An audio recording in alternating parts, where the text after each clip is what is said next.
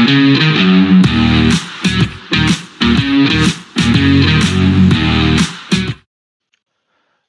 welcome back to the Supercoach Enough channel. In this video we're going to look at NFL fantasy and in particular discuss a slightly different form of draft, and that is a auction draft. So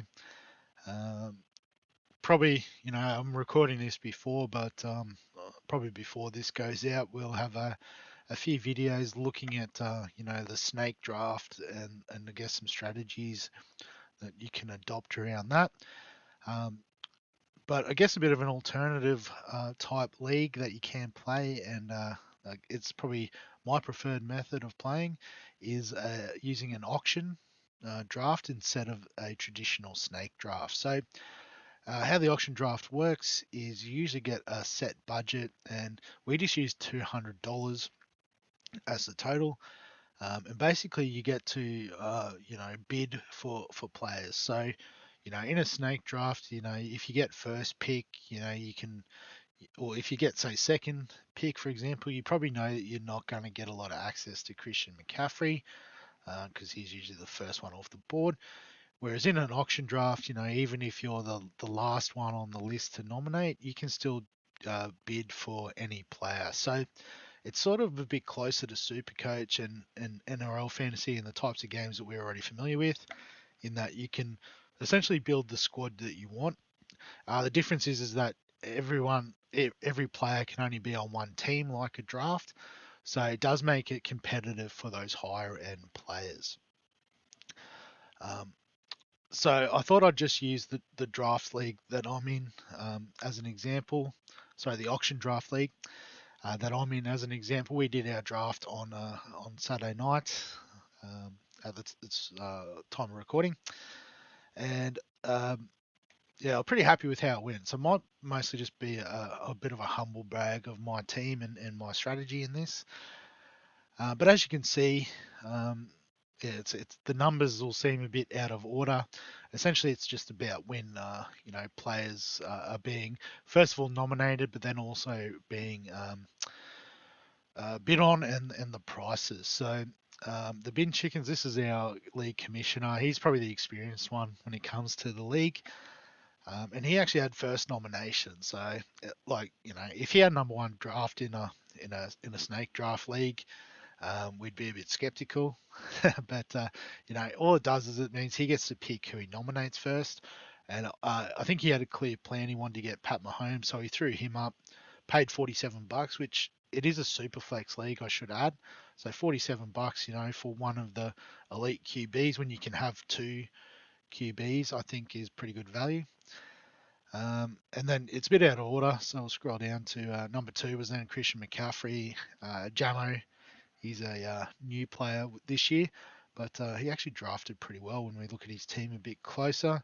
But he paid 57, which I think was the most that anyone went for. Yeah, just looking at it.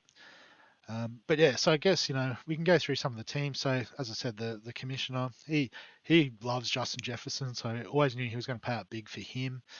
And then a couple of values with Pittman, Williams around the $20 to $30 mark. Kyler Murray as a QB2.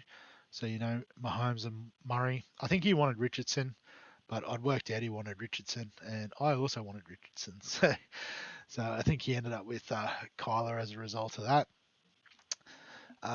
Thundercats, so he's played for a few years, but hasn't been able to make a draft. He's been on auto draft the last couple of years. So I think he was pretty keen to bid. He went very much the studs and duds strategy. As you can see, he got 4 in the top 13 with Tyreek, CeeDee Lamb, Bijan, and Puka Nacua.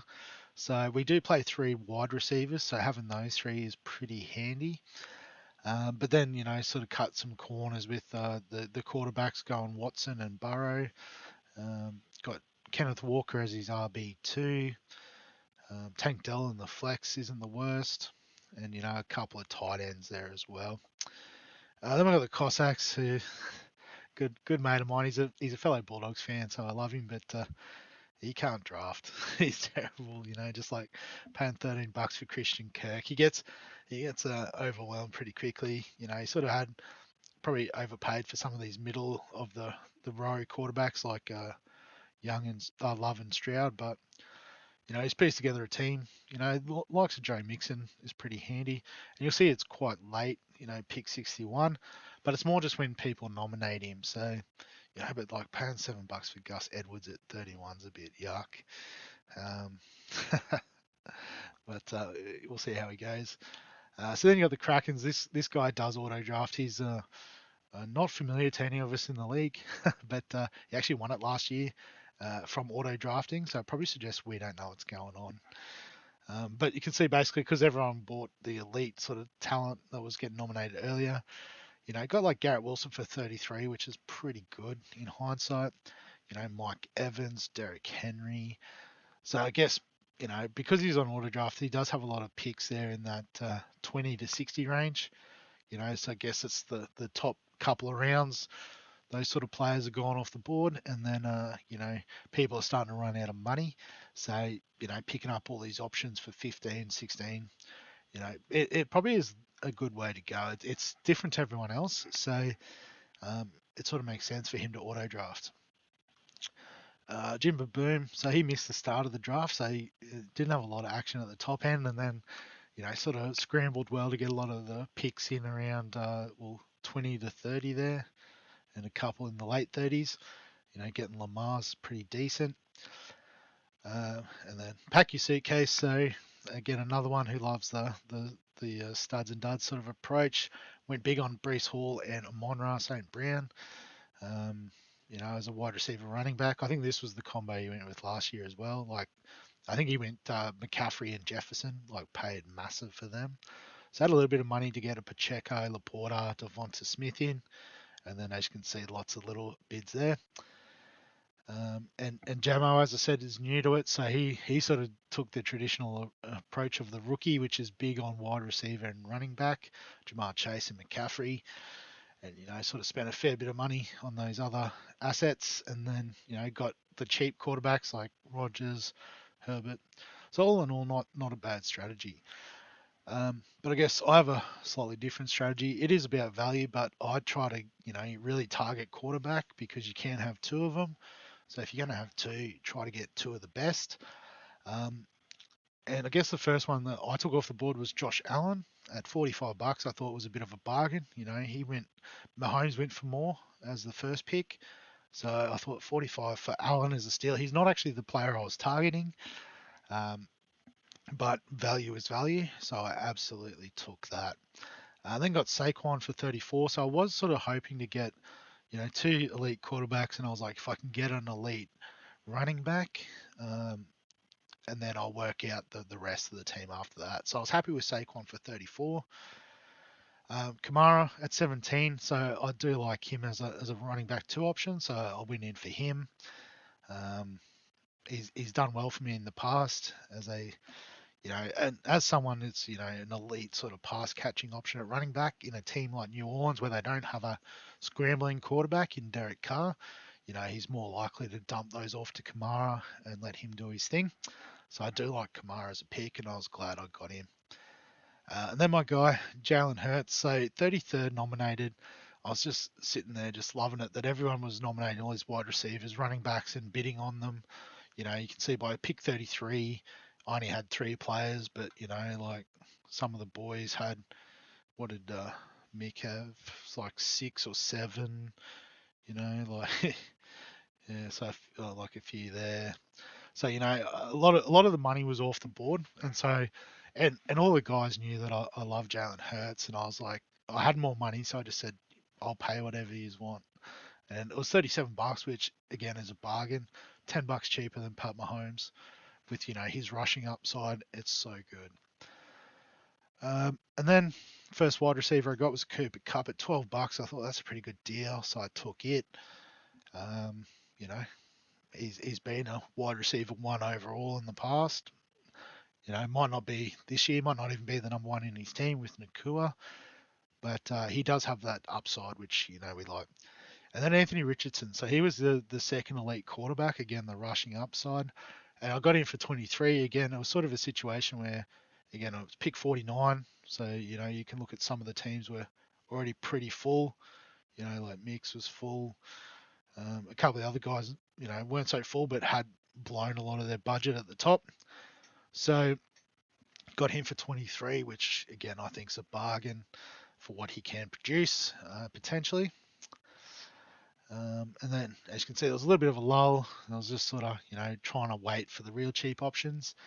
I jumped on Ferguson as a tight end for $2. I didn't have a tight end, and I'd been throwing a bit of chat about Bowers, and I said, well, I'll pair him up, and as a joke, I was saying to everyone I'll get him for $1, but someone nominated him before I had a chance, so I grabbed him for $2 too. But in between, also, sorted out my wide receiver room with Deontay Johnson, who I really like as a value option in, regular draft leagues. But for $4, wide receiver one clearing away on an improving team. They've improved their offensive line. There's a couple more weapons around Bryce Young too. So I think having someone like Johnson could be really good this year. DJ Moore, copy and paste. Got a upgrade at quarterback. Got some more options around him in terms of like Allen, Rome Odunze. But I think he'll still be the wide receiver one on that team. So glad to get him for $3. Najee Harris for $4. I was like, yeah, I need a sort of flex play by this point. So I just plugged in Najee Harris. Got Bowers, as I said, for $2, so that was good. And then basically blew the rest of my money on Jalen Waddle. So when I was looking at the available options, I was just like, oh, Waddle is clearing away the best wide receiver left. And, sort of having the option to switch him in with like DJ Moore or Johnson. I'm probably going to start Cup and Waddle most weeks, even though they're wide receiver twos. And then, I'll just pick between these two. Or I was like, I could even, slot him in the flex over Najee. So I was happy to pay $10. I only had $10 left to spend, but I think that was enough to outbid everyone. And then, as you can see, it had to wait a while because there was still $2 and $3 bids going around. But then at the end, you get to the stage where people only have $1, and I think I had the most $1 bids with 7. Some of the boys didn't use all their budget. That's always good for a laugh. But I took Lad McConkey. Just love the name Lad. I was like, anyone with Lad can be on my team. Tony Pollard, was like considered a potential RB1 even last year. It didn't quite work out for him, but maybe going to Tennessee, they do like to run the ball a bit more. Will Levis is maybe a tier down from Dak Prescott as a quarterback. So I think for $1, it's a steal. Trey Benson, there's been a lot of hype on, so I got on him for $1. Wanted to get a couple of wide receivers, just the wide receiver room was a little bit thin. And the best two on the table seem to be Gabe Davis and Brian Thomas Jr. Not too sure, who's RB2, who's RB3 there. And Christian Kirk doesn't have the strongest injury history. So, it could even potentially be a wide receiver one there at some stage this season for $1. And then I took Blake Corum as I think he was the last sort of pick from the outfield positions. A bit of talk about, he could take some reps from Kyren Williams. Again, another one with not the strongest injury history. And I haven't looked at it too closely yet, but whoever did grab Kyren Pollard, I don't know who it was. Oh, Kyren Williams, sorry. So bin chicken, so I might be able to squeeze him for maybe maybe not a Hollywood Brown because he's got Mahomes. You'll stack him up. Yeah, I don't know. Maybe Jerome Ford. I don't know. I might be able to get something out of him anyway. He took Worthy way early at $2. Okay. Yes, I mean, I could use that as a little trade piece. And then you do have to have a defense. So Chiefs were the best that were left on the board. I think that was the last pick of the whole draft, so I didn't really care. But got the Chiefs defense. So that was the squad. As I said, I was pretty happy with it and the way it fell. And then I guess because I had 3 elite quarterbacks, again, it was value. I did say I was open to trades for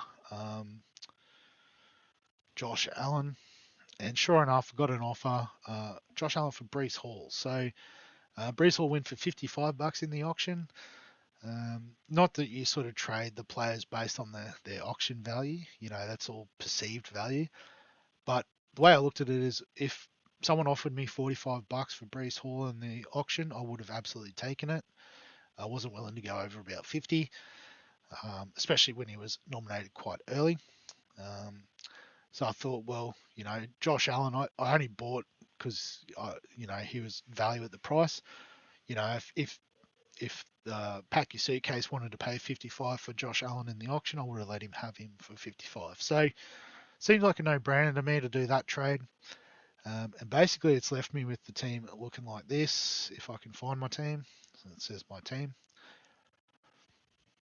So as I said, we've got quarterback, two running backs, three wide receivers, a tight end, a flex, and then a super flex or a offensive player. I think they call it on ESPN, but basically the super flex. So I've got Jalen Hurts and Anthony Richardson as the super flex. So two upside quarterbacks, with the rushing, the touchdown potential. So super stoked about that. Saquon and Brees Hall, as a double running back strategy. I was like in a dream scenario. Yeah, I thought about it.